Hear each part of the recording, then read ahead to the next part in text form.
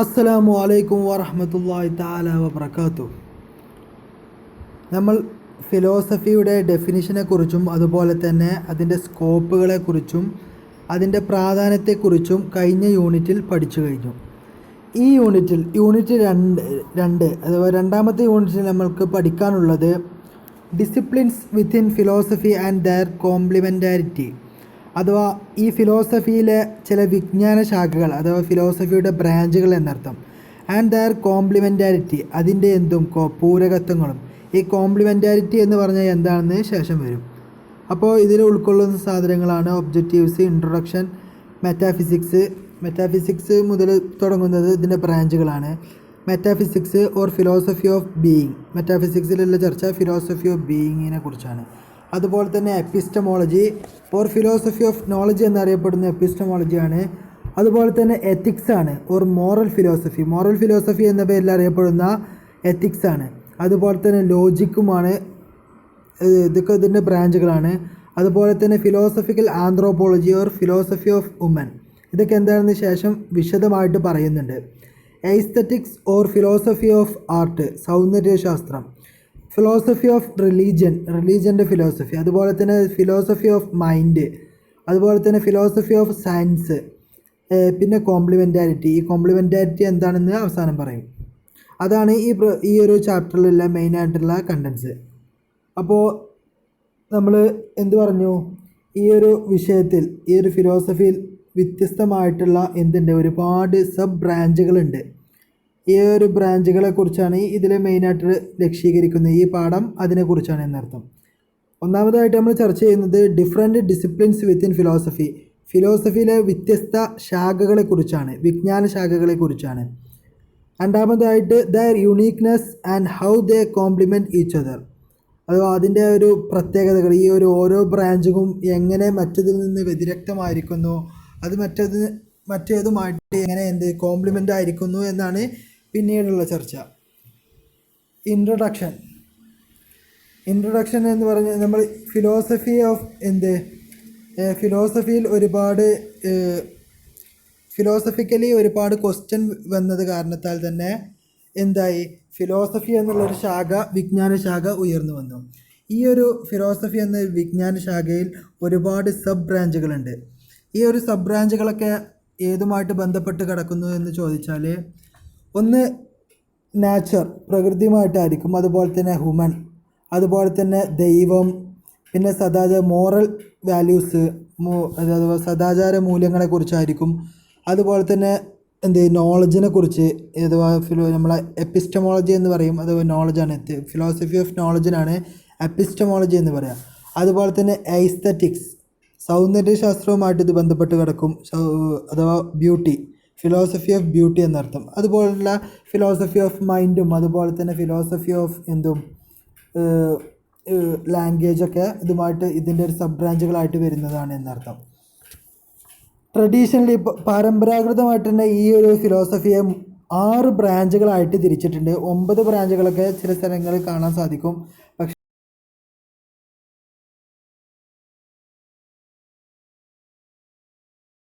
ഇതിനെ ഒരു 4ആയിട്ടാണ് വിഭജിച്ചിരുന്നത്. എന്തായാലും അതിലെല്ലാം പെടുന്ന ഒന്നാമത്തേതാണ് മെറ്റാഫിസിക്സ്, ആധ്യാത്മിക ജ്ഞാനം. അതുപോലെ തന്നെ എപ്പിസ്റ്റമോളജി, ജ്ഞാനശാസ്ത്രം. എത്തിക്സ്, മൂന്നാമത്തെ എത്തിക്സ്. നാലാമത്തേത് ലോജിക്ക്. അഞ്ചാമത്തേത് ആന്ത്രോപോളജി, നരവംശാസ്ത്രം. അതുപോലെ തന്നെ എസ്തെറ്റിക്സ്, സൗന്ദര്യശാസ്ത്രം. നമ്മൾ ഈ മെറ്റാഫിസിക്സിനെ കുറിച്ചും എപ്പിസ്റ്റമോളജിയെക്കുറിച്ചും എത്തിക്സിനെക്കുറിച്ചും ലോജിക്ക് എത്തിക്സിൻ്റെ ഒരു ഭാഗമായിട്ടായിരുന്നു അന്ന് നമ്മൾ എണ്ണിയത്. ഇതിനെക്കുറിച്ചൊക്കെ നമ്മൾ പറഞ്ഞു കഴിഞ്ഞിട്ടുണ്ട്. ഈ ലോജിക്കും എസ്തെറ്റിക്സും എത്തിക്സിൻ്റെ ഭാഗമായിട്ടായിരുന്നു നമ്മൾ അന്ന് എണ്ണിയിരുന്നത്. പക്ഷേ ഈ ഒരു ചാപ്റ്ററിൽ അതിനെ നമ്മൾ വ്യത്യസ്തമായി തന്നെ ചെയ്യുന്നുണ്ട്, ഓരോ ബ്രാഞ്ചുകളായിട്ട് അതിനെ പരിഗണിച്ചിട്ട് അതിനെക്കുറിച്ച് വിശദീകരിക്കുന്നുണ്ട് എന്നർത്ഥം.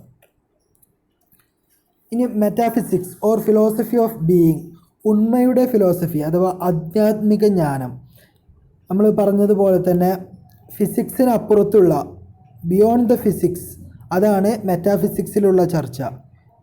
ഈ മെറ്റാഫിസിക്സ് എന്നുള്ളത് വരുന്നത് ഗ്രീക്ക് വേർഡായിട്ടുള്ള മെറ്റ എന്നുള്ളതിൽ നിന്നും, മെറ്റ എന്നുള്ളതിൻ്റെ അർത്ഥം, ഗ്രീക്ക് വേർഡായിട്ടുള്ള മെറ്റ എന്നുള്ളതിൻ്റെ അർത്ഥം എബോ, ആഫ്റ്റർ ഓർ ബിയോണ്ട് എന്നുള്ളതൊക്കെയാണ്. അരിസ്റ്റോട്ടിൽ ഫിസിക്സിനെ കുറിച്ചും അതുപോലെ തന്നെ മെറ്റാഫിസിക്സിനെ കുറിച്ചും എന്ത് ചെയ്തിട്ടുണ്ട്, ഒരുപാട് കൃതികൾ രചിച്ചിട്ടുണ്ട്. അത് അദ്ദേഹത്തിൻ്റെ ഫേമസ് വർക്കായിട്ടുള്ള ടാ ഫിസിക്ക എന്നുള്ള ദ ഫിസിക്സ് എന്നുള്ള ഗ്രന്ഥത്തിലും അതുപോലെ തന്നെ മെറ്റാ ഫിസിക്ക എന്നുള്ള മെറ്റാഫിസിക്സ് എന്നുള്ള ഗ്രന്ഥത്തിലും നമുക്ക് കാണാൻ സാധിക്കുന്നതാണ്. അഥവാ അൾട്ടിമേറ്റ് റിയാലിറ്റിയെക്കുറിച്ചാണ് ഈ ഒരു മെറ്റാഫിസിക്സിൽ അല്ലെങ്കിൽ ബിയോണ്ട് ദ ഫിസിക്സ്, ഈ ഒരു കാഴ്ചയിൽ കാണുന്ന ഈ ഒരു പ്രപഞ്ചത്തിന് അപ്പുറത്തുള്ള ഒരു വേൾഡിനെ കുറിച്ച് അല്ലെങ്കിൽ അവിടെയുള്ള ഒരു യാഥാർത്ഥ്യത്തെക്കുറിച്ചാണ് മെറ്റാഫിസിക്സ് ചർച്ച ചെയ്യുക എന്നർത്ഥം. അത് ബീയിങ് ആയിട്ട് തന്നെ ചർച്ച ചെയ്യുന്നൊരു രീതിയാണ് എന്തിനുള്ളത്, മെറ്റാഫിസിക്സിനുള്ളത്. സെൻറ്റ് തോമസ് അക്വിനാസ് ഒരു ക്രിസ്ത്യൻ തിയോളജിയനാണ്. അദ്ദേഹം പറയുന്നുണ്ട്, അദ്ദേഹം ഈ ഒരു മെറ്റാഫിസിക്സിനെ 2 ഭാഗങ്ങളായിട്ട് തിരിച്ചിട്ടുണ്ട്. ഒന്ന് പോസ്റ്റ് ഫിസിക്സും മറ്റേത് ട്രാൻസ് ഫിസിക്സും. പോസ്റ്റ് ഫിസിക്സ് എന്ന് പറഞ്ഞാൽ നമുക്ക് യഥാർത്ഥത്തിൽ ഫിസിക്സ് ഈ ഒരു ഭൗതികപരമായിട്ടുള്ള കാര്യങ്ങളെ, വേൾഡിനെ കുറിച്ചും നാച്ചറിനെ കുറിച്ചും യൂണിവേഴ്സിനെ കുറിച്ചൊക്കെ അറിഞ്ഞു കഴിഞ്ഞാൽ നമുക്ക് അതിൻ്റെ ബീയിങ്ങിനെ, അതിൻ്റെ യഥാർത്ഥ ഉണ്മയെക്കുറിച്ചും അതുപോലെ തന്നെ അതിൻ്റെ ആവശ്യകതയെക്കുറിച്ചും നമുക്ക് മനസ്സിലാവുകയുള്ളൂ. അതാണ് ഒന്നാമത്തേത് പോസ്റ്റ് ഫിസിക്സ്, ഫിസിക്സിനെ അറിഞ്ഞതിന് ശേഷമുള്ള ഒരു ജ്ഞാനം. ട്രാൻസ് ഫിസിക്സ് എന്ന് പറഞ്ഞാൽ ഈ ഒരു അക്രോസ്, എബോ, ബിയോണ്ട് അഥവാ ഇതിൻ്റെ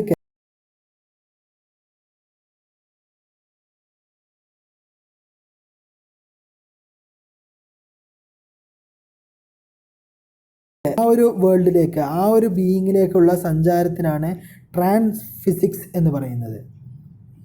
ഈ മെറ്റാഫിസിക്സിൽ metaphysics may be defined as the study of ultimate cause, ആത്യന്തികമായിട്ടുള്ള കാരണങ്ങളെ അല്ലെങ്കിൽ first and the most universal principles of reality, ഈ ഒരു റിയാലിറ്റിയുടെ യാഥാർത്ഥ്യത്തിൻ്റെ മൂലകാരണങ്ങളെയും കുറിച്ച് ചർച്ച ചെയ്യുന്ന ഒരു സ്റ്റഡിക്കാണ് എന്ത് പറയുക, മെറ്റാഫിസിക്സ് എന്ന് പറയുക. ഇതൊക്കെ ഇങ്ങനെ നമ്മൾ ഒരുപാട് പറഞ്ഞത് തന്നെയാണ്. അഥവാ ബീയിങ്ങിനെ ബീയിങ് തന്നെ ചർച്ച ചെയ്യുന്നതിനാണ്, അല്ലെങ്കിൽ ഒരു ബിയോണ്ട് ദ ഫിസിക്സ്, ഈ കാണപ്പെടുന്ന ലോകത്തിൽ നിന്നും കാണപ്പെടാത്ത ആ ലോകത്തിലേക്കുള്ളൊരു സഞ്ചാരത്തിനാണ് എന്ത് പറയുക, മെറ്റാഫിസിക്സ് എന്ന് പറയുക.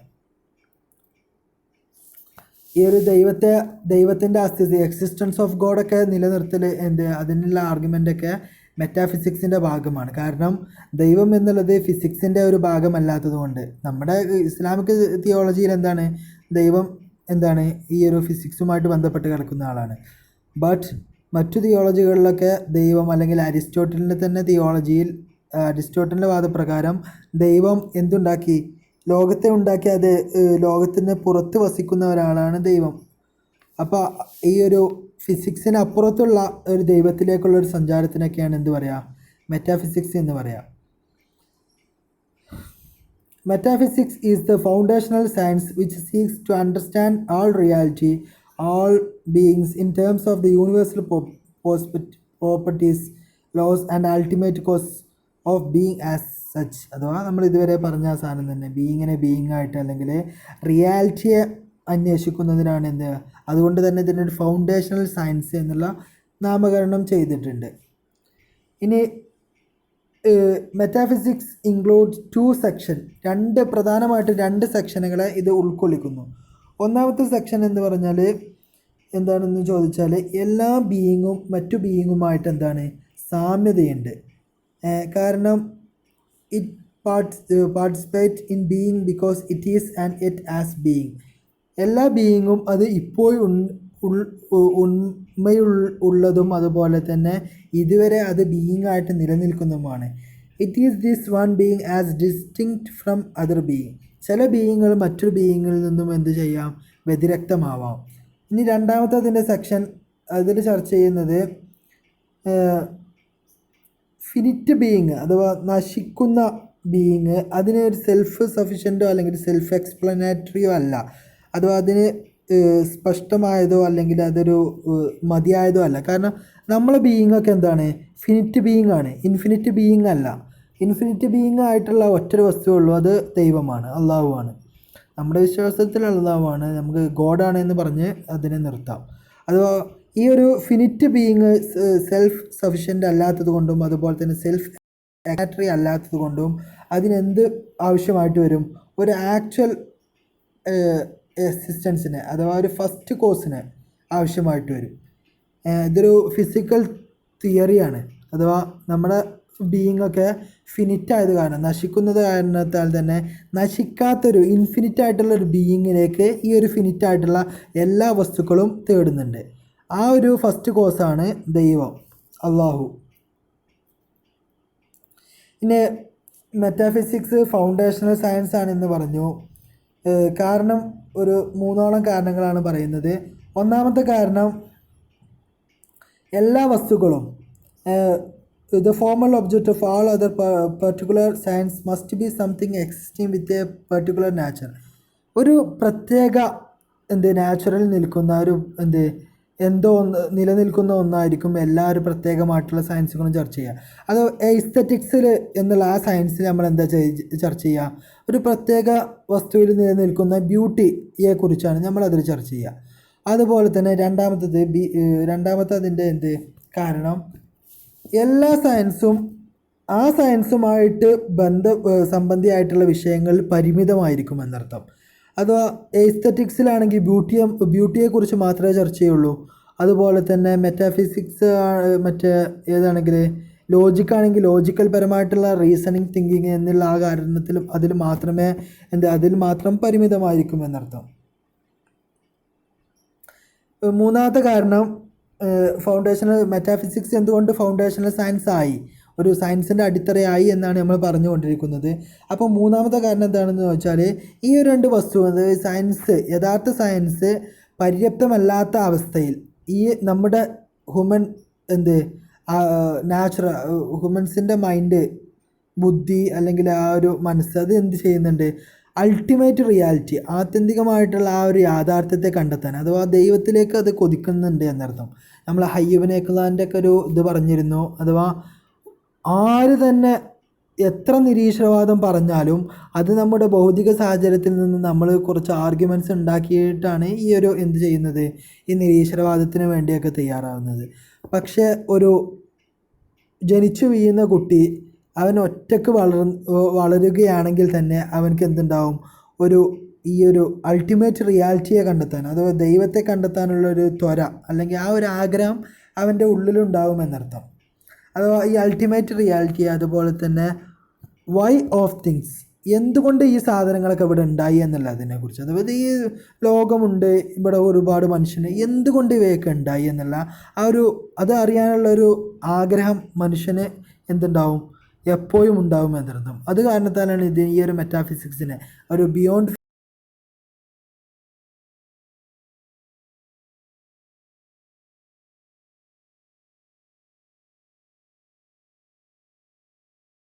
അതിൻ്റെ ലാറ്റിന് എൻസ് എന്നുള്ള ലാറ്റിൻ വേർഡിൽ നിന്നാണ് ബീയിങ് എന്നുള്ള വേർഡ് വരുന്നത്. അതിൻ്റെ അർത്ഥം എന്താണെന്ന് ചോദിച്ചാൽ, ഡിനോട്ട്സ് എവറിത്തിങ് ദാറ്റ് ഈസ്, എല്ലാ ഉണ്മയിലുള്ള വസ്തുക്കൾക്കുമാണ് എന്ത് പറയുക, എൻസ് എന്ന് ലാറ്റിൻ വേർഡിലും ബീയിങ് എന്ന് ഇംഗ്ലീഷിലും പറയുക. അഥവാ A tree is A being, ഒരു ഉള്ള വസ്തുവാണ്. ട്രീ ഉള്ള സാധനമാണ്, പക്ഷി ഉള്ളതാണ്, മാൻ ഉള്ളതാണ്. അതുപോലത്തെ ടൈം ഒക്കെ ഉള്ള എന്തിനും, ഉണ്മയിലുള്ള എന്തിനും എന്ത് പറയും, ബീയിങ് ആണ് എന്ന് പറയും. നമ്മൾ മന്ദിക്കലൊക്കെ പഠിച്ചേക്കും, അല്ലെങ്കിൽ മറ്റു ഇസ്ലാമിക് ഗ്രന്ഥങ്ങളിലൊക്കെ ഹക്കീക്ക മാഹിയ എന്നൊക്കെ, ഹക്കീക്കത്ത് മാഹിയത്ത് എന്നൊക്കെ പഠിച്ചേക്കും. അപ്പോൾ ഈ മാഹിയത്താണ് ബീയിങ്. ഹക്കീക്കത്ത് എന്ന് പറഞ്ഞാൽ എസൻസ്. അതുപോലെ തന്നെ നിങ്ങൾ മന്ദിക്ക് കഴിഞ്ഞ പ്രാവശ്യം അതിലൊക്കെ നിങ്ങൾ പഠിച്ചതുപോലെ എല്ലാ വസ്തുക്കൾക്കും അഥവാ ഒരു മുംകിനുൽ വുജൂദും അതുപോലെ തന്നെ വാജിബുൽ വുജൂദ് ഉണ്ട്. അള്ളാഹു വാജിബുൽ വുജൂദാണ്, നെസസറി എക്സിസ്റ്റൻസ് ആണ്. അതുപോലെ തന്നെ കോണ്ടിൻജൻ്റ് എക്സിസ്റ്റൻസ് ഉണ്ടാവും. അത് മനുഷ്യനൊരു മുംകിനുൽ വുജൂദായിട്ടുള്ളൊരു വസ്തുവാണ്. അതൊക്കെ ഈ ഒരു ചർച്ചയിൽ, ഈ ഒരു മെറ്റാഫിസിക്സിൻ്റെ ഭാഗത്ത് വരുന്ന ചർച്ചയാണെന്നർത്ഥം. അപ്പോൾ ബീയിങ് എന്നുള്ളത് എൻസ് എന്നുള്ള ലാറ്റിൻ വേർഡായിട്ടുള്ള ദാറ്റ് ഈസ്, ഉള്ള വസ്തു, ഉണ്മ എന്നുള്ള അർത്ഥം വരുന്ന എൻസ് എന്നുള്ള വേർഡിൽ നിന്നാണ് വരുന്നത്. Greek philosophy began from the nature of things the study A particular type of being. അത് ഒരുപാട് ബീയിങ്ങിൻ്റെ ഒരുപാട് ടൈപ്പ് ഉണ്ട്. അതിനെക്കുറിച്ചൊക്കെ ഈ മെറ്റാഫിസിക്സ് എന്നുള്ളത് ഒരു പെർട്ടിക്കുലർ ടൈപ്പ് ഓഫ് ബീയിങ്ങിനെ മാത്രമല്ല ചർച്ച ചെയ്യുക, എല്ലാത്തിൻ്റെ ബീയിങ്ങിനെയും അത് ചർച്ച ചെയ്യുന്നർത്ഥം. പിന്നെ അതുപോലെ തന്നെ മെറ്റാഫിസിക്സ് എന്തിനും ഒതുങ്ങുകയില്ല. വിത്ത് വാട്ട് ദേ ആർ, അത് ഈ വസ്തുക്കളൊക്കെ എന്താണ് അല്ലെങ്കിൽ അതൊക്കെ ആരാണ് എന്നുള്ളതിൽ മാത്രം ചുരുങ്ങുകയില്ല. ഇവകൾക്കൊക്കെ പിന്നിലുള്ള വസ്തു എന്താണെന്നുള്ളതാണ് മെറ്റാഫിസിക്സിലുള്ള ചർച്ച. അപ്പോൾ സ്വാഭാവികമായിട്ടും അത് എന്തൊക്കെ ചർച്ച ചെയ്യും? റിയൽ ആയിട്ടുള്ള വസ്തു, അതുപോലെ തന്നെ ഉള്ള വസ്തു, ഗോഡ്, ദൈവത്തെക്കുറിച്ച്, മാലാഖമാരെക്കുറിച്ച്, എല്ലാ വസ്തു സബ്സ്റ്റൻസിനെ കുറിച്ച്, ആക്സിഡൻസിനെ കുറിച്ച്, അതുപോലെ തന്നെ റിയൽ ബീയിങ്ങിനെ കുറിച്ച്, റിയൽ ബീയിങ് ആയിട്ടുള്ള ദൈവത്തെക്കുറിച്ച്, പോസിബിൾ ബീയിങ് ആയിട്ടുള്ള മനുഷ്യന്മാരെക്കുറിച്ച്, അതിൻ്റെ റാഷണൽ ബീയിങ് ആയിട്ടുള്ള അഥവാ ബുദ്ധിപരമായി കൊണ്ട് ചിന്തിച്ച ഉണ്മയുണ്ടാകുന്ന ചില വസ്തുക്കളുണ്ടാവും. റാഷണൽ ബീയിങ് ഉണ്ടാവും, ഇറാഷണൽ ബീയിങ് ഉണ്ടാവും. അത് ഒരു നിലക്കും സാധ്യത ഇല്ലാത്ത ബീയിങ് ഉണ്ടാവും. അതുപോലെ തന്നെ റാഷണൽ ബുദ്ധിപരമായിട്ട് ചിന്തിച്ചാൽ അവിടെ ഉണ്ടാവാൻ സാധ്യതയുള്ള അല്ലെങ്കിൽ അങ്ങനത്തെ ഒരു സാധനം ഉൾമയിലുള്ളൊരു സാധനം ഉണ്ടാവും. അതായത് ഞാൻ പറഞ്ഞു ഒരു അന്റാർട്ടിക്ക എന്നുള്ളൊരു സ്ഥലത്തെ ഒരു ഇമാജിനറി ഇത് മാത്രമാണ്. അന്റാർട്ടിക്ക എന്നുള്ളൊരു സ്ഥലത്ത് ഒരു മഞ്ഞ് കൊണ്ടുള്ള കൊട്ടാരം, അത് റാഷണൽ ബീയിങ് ആണ്. അങ്ങനെ ഉണ്ടാവാൻ സാധ്യതയുണ്ട്. ഇറാഷണൽ ബീയിങ് ഉണ്ടാകും, അഥവാ ഒരു നിലക്കും സാധ്യത ദൈവത്തിനൊരു പങ്കാളി. നമ്മളൊരു ഇസ്ലാമിക് തിയോളജി വെച്ച് പറയുകയാണെങ്കിൽ അള്ളാഹ്ക്കൊരു ശരീക്ക് ഉണ്ടാവുക എന്നുള്ളത് ഇറാഷണൽ ബീയിങ് ആണ്. പോസിബിൾ ബീയിങ് എന്ന് പറഞ്ഞാൽ മനുഷ്യന്മാരെ കുറിച്ചൊക്കെ പോസിബിൾ ബീയിങ് ആണ്. അവൻ്റെ ബീയിങ് ഉണ്ടാവുകയും ചെയ്യുക, ഇല്ലാതിരിക്കുകയും ചെയ്യുക. മനുഷ്യന്മാർ ഇവിടെ ഇല്ല എന്നുള്ളത് കൊണ്ട് ഒന്നും പറ്റുന്നില്ല. അതുപോലെ തന്നെ റിയൽ ബീയിങ് ആയിട്ടുള്ള ദൈവം, റിയൽ ബീയിങ് അല്ലെങ്കിൽ ആക്ച്വൽ ബീയിങ് എന്നൊക്കെ പറയാം. നമ്മൾ നേരത്തെ പറഞ്ഞ ആ ഒരു വാജിബുൽ വുജൂദ്. ഇനി രണ്ടാമത്തെ അതിൻ്റെ ബ്രാഞ്ചാണ് എപ്പിസ്റ്റമോളജി, അഥവാ ഫിലോസഫി ഓഫ് നോളജ്. വിവരങ്ങൾ നമുക്ക് എങ്ങനെ ലഭിക്കും? ലഭിച്ച വിവരങ്ങൾക്കല്ല എന്ത് പറയുക, എപ്പിസ്റ്റമോളജി എന്ന് പറയാം. ഈ ഒരു വിവരങ്ങൾ കിട്ടാൻ നമ്മൾ എന്തൊക്കെ മാർഗങ്ങളാണ് ഉപയോഗിക്കേണ്ടത് എന്നാണ് ഇതിലുള്ള ചർച്ച. അതായത് നമ്മുടെ ഇസ്ലാമിക് തിയോളജി അനുസരിച്ച് നമുക്ക് റവലേഷനും, അത് ക്രിസ്ത്യൻ തിയോളജി അനുസരിച്ചൊക്കെ റവലേഷൻ നമ്മുടെ എപ്പിസ്റ്റമോളജിയുടെ ഒരു ഭാഗമാണ്. മിർക്കാത്ത് പഠിച്ചിട്ടുണ്ടെങ്കിൽ നിങ്ങൾ അതിൻ്റെ ഫസ്റ്റ് ഭാഗത്ത് പഠിച്ചിട്ടുണ്ടാകും. എന്താ വെച്ചാൽ അസ്ബാബുൽ ഇൽമി, 3 കാരണങ്ങൾ പറയുന്നുണ്ട്. ഒന്ന് മുത്തവാത്തിറായിട്ടുള്ള ഹദീസുകളാണ് നമുക്ക്, അതുപോലെ തന്നെ ഖുറാനാണ് മറ്റൊന്ന്. അതുപോലെ തന്നെ ഖുറാനും ഹദീസൊക്കെ എന്താ പറയുക, റവലേഷൻ്റെ ഒരു ഭാഗമായിട്ട് വരുന്നതാണ്. അതുപോലെ തന്നെ ബുദ്ധി കൊണ്ട് ചിന്തിച്ചാൽ കിട്ടുന്ന ചില വസ്തുക്കൾ, അതുപോലെ തന്നെ ഹവാസു സലീമ കൊണ്ട് നമുക്കിത് ലഭിക്കുന്ന empirical knowledge, rational knowledge, Revelation. ഇതാണ് ഈ എപ്പിസ്റ്റമോളജിയുടെ കീഴിൽ വരുന്ന മെയിനായിട്ടുള്ള 3 ബ്രാഞ്ചുകൾ, സബ് ബ്രാഞ്ചുകൾ. നമുക്ക് ഇതിലേക്ക് കിടക്കാം. എപ്പിസ്റ്റമോളജി എന്നുള്ള വേർഡ് ഗ്രീക്ക് പദമായിട്ടുള്ള എപ്പിസ്റ്റമെ അഥവാ നോളജ് എന്നുള്ള അർത്ഥം വരുന്ന എപ്പിസ്റ്റമെ എന്നുള്ളതും, അതുപോലെ തന്നെ logos, science or systematic way of studying എന്നുള്ള ലോഗോസ് എന്നുള്ളത് കൂടി ചേർന്നിട്ടാണ് എപ്പിസ്റ്റമോളജി എന്നുള്ളത് വരുന്നത്. എപ്പിസ്റ്റമെ പ്ലസ് ലോഗോസ്. എപ്പിസ്റ്റമെ എന്ന് പറഞ്ഞാൽ നോളജ്, അറിവ് എന്നർത്ഥം. അതുപോലെ തന്നെ ലോഗോസ് എന്ന് പറഞ്ഞാൽ സയൻസ്, അറിവ് എന്നോ അല്ലെങ്കിൽ സിസ്റ്റമാറ്റിക് വേ ഓഫ് സ്റ്റഡിയിങ്, അതിനാണ് ലോഗോസ് എന്ന് പറയാം. ഇതാദ്യമായിട്ട് 1854 ജെ ഫെറേരിയാണ് ഇത് യൂസ് ചെയ്തത്. പക്ഷേ അദ്ദേഹം എന്ത് ചെയ്തു, ഫിലോസഫിയെ 2 ബ്രാഞ്ചുകളായിട്ട് വ്യതിരക്തമാക്കി. ഒന്ന് ഓണ്ടോളജിയും മറ്റത് എപ്പിസ്റ്റമോളജിയും. ഓണ്ടോളജി എന്ന് പറഞ്ഞാൽ ഈ ഒരു ബീയിങ്, ബിക്കമിങ് അതിനെക്കുറിച്ച് പഠിക്കുന്ന ഒരു ഭാഗമാണ് ഓണ്ടോളജി, ഫിലോസഫിയിലെ ഓണ്ടോളജി. ഈ ഓണ്ടോളജി എന്നുള്ള സാധനത്തെ നമ്മളെ സയ്യിദ് റമദാൻ ബൂത്തി വരെ അതിനെക്കുറിച്ച് ഓണ്ടോളജിയെ വളരെ ഒരു നല്ലൊരു ആർഗ്യുമെൻ്റ് ആയിട്ട് ഉണ്ടെന്നുണ്ട്. പക്ഷേ western philosophers like Antony Flew, Richard സിൻബണിനെ പോലുള്ള വെസ്റ്റേൺ ഫിലോസഫേഴ്സ് ഒന്നും എന്ത് ചെയ്യുന്നില്ല, ഈ ഓണ്ടോളജിയെ ഒരു ആർഗ്യുമെൻ്റ് ആയിട്ട് എണ്ണുന്നില്ല. കാരണം എന്താണെന്ന് വെച്ചാൽ ഈ ഒരു ബീയിങ്ങിൻ്റെ ചർച്ച അത് പൊതുജനങ്ങൾക്ക് മനസ്സിലാവില്ല. അത് എന്താണ്, ഭയങ്കര ടു ഫിലോസഫിക്കൽ എന്നാണ് അവർ പറയുക. ഭയങ്കര ഫിലോസഫി ഉള്ള ആളുകൾക്ക് അത് മനസ്സിലാവുകയുള്ളൂ. ഫിലോസഫി എന്ന് പറഞ്ഞാൽ എന്താ, നമ്മളൊക്കെ പറഞ്ഞിരുന്നു, നോളജിന് അപ്പുറത്തൊരു വിസ്ഡമുള്ള ആൾക്കാണ് ഫിലോസഫർ എന്ന് പറയാമെന്നൊക്കെ നമ്മൾ പറഞ്ഞത്. അപ്പോൾ ഇതിൽ നിന്നൊക്കെ നിങ്ങളത് കൂട്ടി യോജിച്ച് ആ ഒരു ക്ലാസ് കേട്ടെങ്കിൽ ഇതൊക്കെ എന്താണ് പറയുന്നത്. ഇനി ഇതുപോലെ തന്നെ ബീയിങ് എന്ന് മാത്രമേ പറയുള്ളൂ. അതിൻ്റെ എല്ലാത്തിനും ഒരു താരീഫ് ഉണ്ടാവും. ഈ ഒരു ക്ലാസ് കേട്ടെങ്കിൽ നിങ്ങൾക്ക് മനസ്സിലാവും. അപ്പോൾ എല്ലാവരും ക്ലാസ് കേൾക്കണം.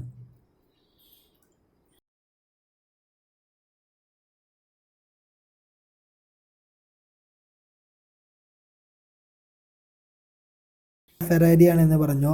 അദ്ദേഹം ഫിലോസഫിയെ 2 ഭാഗങ്ങളായിട്ട് വേർതിരിച്ചു. ഒന്ന് ഓണ്ടോളജിയും അഥവാ philosophy of being and becoming, അതുപോലെ തന്നെ എപ്പിസ്റ്റമോളജി ആയിട്ടും തിരിച്ചു, അഥവാ ഫിലോസഫി ഓഫ് നോളജ് എങ്ങനെ കരസ്ഥമാക്കാം എന്നുള്ളതാണ് ഇതിനെ വളർത്തി വലുതാക്കിയത്, അഥവാ ഇതിനെ ഡെവലപ്പ് ചെയ്തത് റെനെ ഡെക്കാർട്ട്, ഫ്രഞ്ച് ഫിലോസഫർ ആയിട്ടുള്ള റെനെ ഡെക്കാർട്ടെയാണ്. അദ്ദേഹത്തിൻ്റെ I think therefore I am എന്നുള്ളൊരു തിയറിയൊക്കെ വളരെ പ്രസിദ്ധമാണ്. ഞാൻ ചിന്തിക്കുന്നു അതുകൊണ്ട് ഞാനുണ്ട്. എൻ്റെ ഒരു ബീയിങ്ങിനെ കുറിച്ച് എനിക്കുണ്ട് എന്ന് പറയാൻ കഴിയില്ല, കാരണം അത് റാഷണലി ആ ഒരു ചിന്ത അക്സെപ്റ്റബിൾ അല്ല. അതുകൊണ്ട് തന്നെ I think therefore I am, ഞാൻ ചിന്തിക്കുന്നു, അഥവാ മൈൻഡ്, ബീയിങ്, അങ്ങനെ ഒരു മൂന്നോളം സാധനത്തെക്കുറിച്ച് അദ്ദേഹം ചർച്ച ചെയ്യുന്നുണ്ട്. എന്തായാലും ആ ഒരു ഡെക്കാർട്ട് അദ്ദേഹം 1596 ജനിക്കുകയും 1650-കളിൽ മരിക്കുകയും ചെയ്തു. ഫ്രഞ്ച് ഫിലോസഫറാണ്, ഒരു മാത്തമാറ്റീഷ്യൻ ആയിരുന്നു, അതുപോലെ തന്നെ ഒരു സയൻറ്റിസ്റ്റുമായിരുന്നു. അദ്ദേഹം അനലിറ്റിക്കൽ ജിയോമെട്രി എന്നുള്ള ഒരു കണ്ടെത്തിയിട്ടുണ്ട്. ഈ റെനെ ഡെക്കാർട്ട് അതുപോലെ തന്നെ അദ്ദേഹത്തിൻ്റെയും അതുപോലെ തന്നെ ഒസാരി ഇമാമിൻ്റെയും പല ഗ്രന്ഥങ്ങളും ചെയ്തിട്ടുണ്ട്. ഈ ഒരു റെനെ ഡെക്കാർട്ടിൻ്റെ ഒരു ബുക്കുണ്ട്, അത് നമുക്ക് ഇങ്ങനെ പറയാൻ സാധിക്കും. വെച്ചാൽ ഒസാരി ഇമാമിൻ്റെ ഇഹ്യാ ഉലൂമുദ്ദീൻ്റെ ഒരു ഇഹ്യാ ഉലൂമുദ്ദീൻ അല്ല, അൽ മുൻഖിദ് മിൻ ദലാല എന്നുള്ള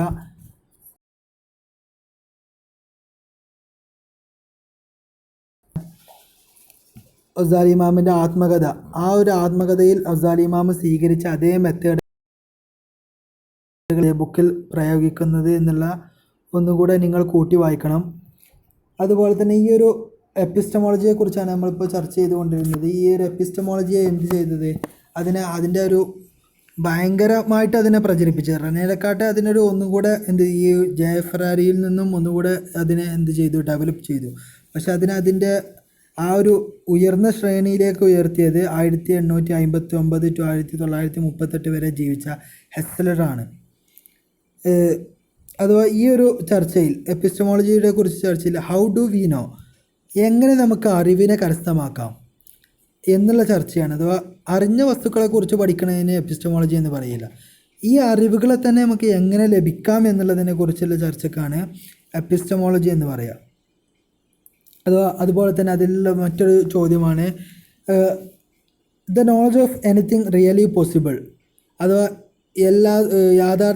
ഈ ഒരു നോളജ് എന്നുള്ള സാധനം യാഥാർത്ഥ്യത്തിൽ സാധ്യമാണോ, നോളജ് നമുക്ക് ലഭിക്കാൻ സാധ്യതയുണ്ടോ, അതുപോലെ തന്നെ ഈസ് അവർ നോളജ് സർട്ടൻ, നമ്മുടെ നോളജുകളൊക്കെ സർട്ടൻ ആണോ, how do we get our knowledge, നമുക്ക് നമ്മുടെ അറിവുകളൊക്കെ എങ്ങനെയാണ് ലഭിക്കുക, അതുപോലെ തന്നെ വാട്ട് എക്സാക്ട്ലി ഈസ് നോളജ്, ഈ നോളജ് എന്ന് പറഞ്ഞാൽ തന്നെ എന്താണ് എന്നുള്ളതൊക്കെയാണ് ഇതിൽ വരുന്ന ചില ചർച്ചകൾ.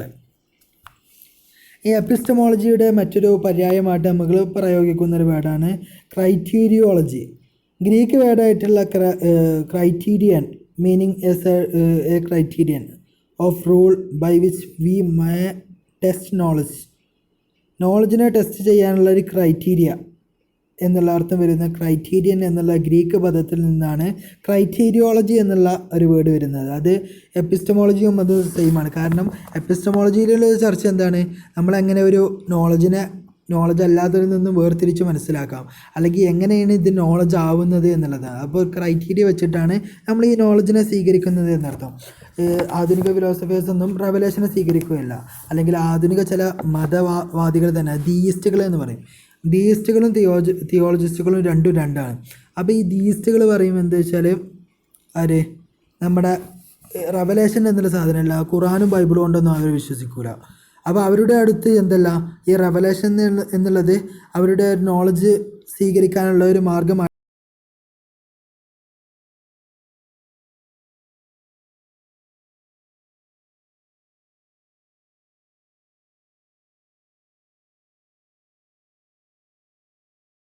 കാണുക, കേൾക്കുക, അതുപോലെ തന്നെ സ്മെൽ ചെയ്യുക, അതുപോലെ തന്നെ തൊടുക, രുചിക്കുക, അന്വേഷിക്കുക, സങ്കല്പിക്കുക, അതുപോലെ തന്നെ മനസ്സിലാക്കുക, അതുപോലെ തന്നെ പ്രതിഫലിക്കുക. നമ്മുടെ അറിവ് ലഭിച്ചതിൽ നിന്നും നമ്മുടെ ഒരു വിസ്ഡം പ്രതിഫലിക്കാനുണ്ട്.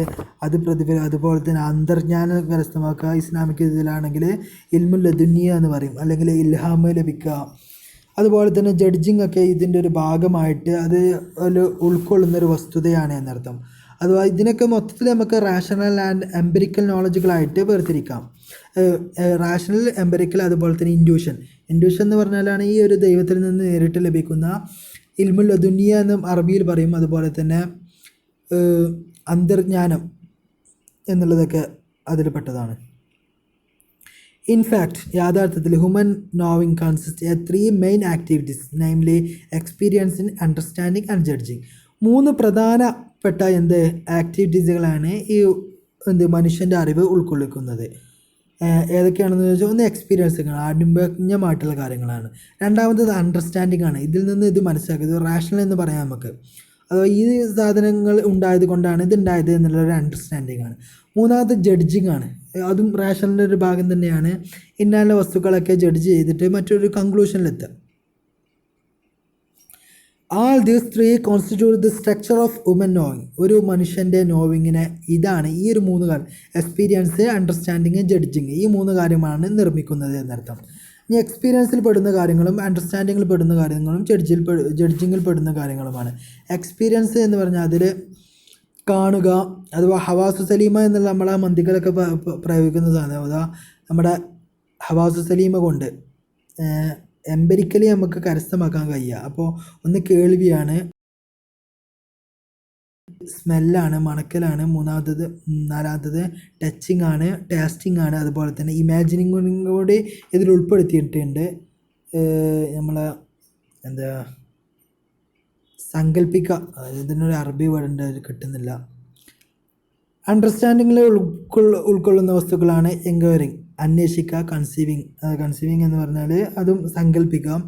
ഫോർമുലേറ്റിംഗ്, ഓരോ കഥകളൊക്കെ രൂപപ്പെടുത്തി, അല്ലെങ്കിൽ പ്രമിസുകളൊക്കെ രൂപപ്പെടുത്തി ഒരു കൺക്ലൂഷനിലേക്ക്, ഒരു നത്തീജയിലേക്ക് എത്തുക, റിസൾട്ടിലേക്ക് എത്തുക. Formulating in concepts and hypothesis, ഊഹാഭോഗങ്ങളിലും അതുപോലെ തന്നെ കൺസെപ്റ്റുകളും രൂപാന്തരപ്പെടുത്തുക എന്ന് വെച്ചാൽ. ജഡ്ജിങ്ങിൽ ഉൾക്കൊള്ളുന്ന കാര്യങ്ങളാണ് ഒന്ന് റിഫ്ലക്റ്റിംഗ്, അഥവാ ഈ ഒരു പ്രതിഫലനം, നമുക്ക് ഇത്രത്തോളം ഇത് കിട്ടിക്കഴിഞ്ഞാൽ നമ്മളിൽ നിന്നും ഒരു വിസ്ഡം പ്രതിഫലിക്കും. അതുപോലെ തന്നെ വെയിങ് ഓഫ് എവിഡൻസ്, ഈ തെളിവുകൾ തൂക്കൽ, അതുപോലെ തന്നെ അഫേമിങ്, ഉറപ്പിക്കലും, അഥവാ ഇന്ന കാര്യങ്ങളൊക്കെ നമുക്ക് തെളിവ് പിടിച്ചാണ്ട് ഒരു വസ്തുതയിലേക്ക് ആ വസ്തുതയെ തന്നെയാണ് വസ്തുത എന്ന് ഉറപ്പിക്കാൻ സാധിക്കുമെന്നർത്ഥം.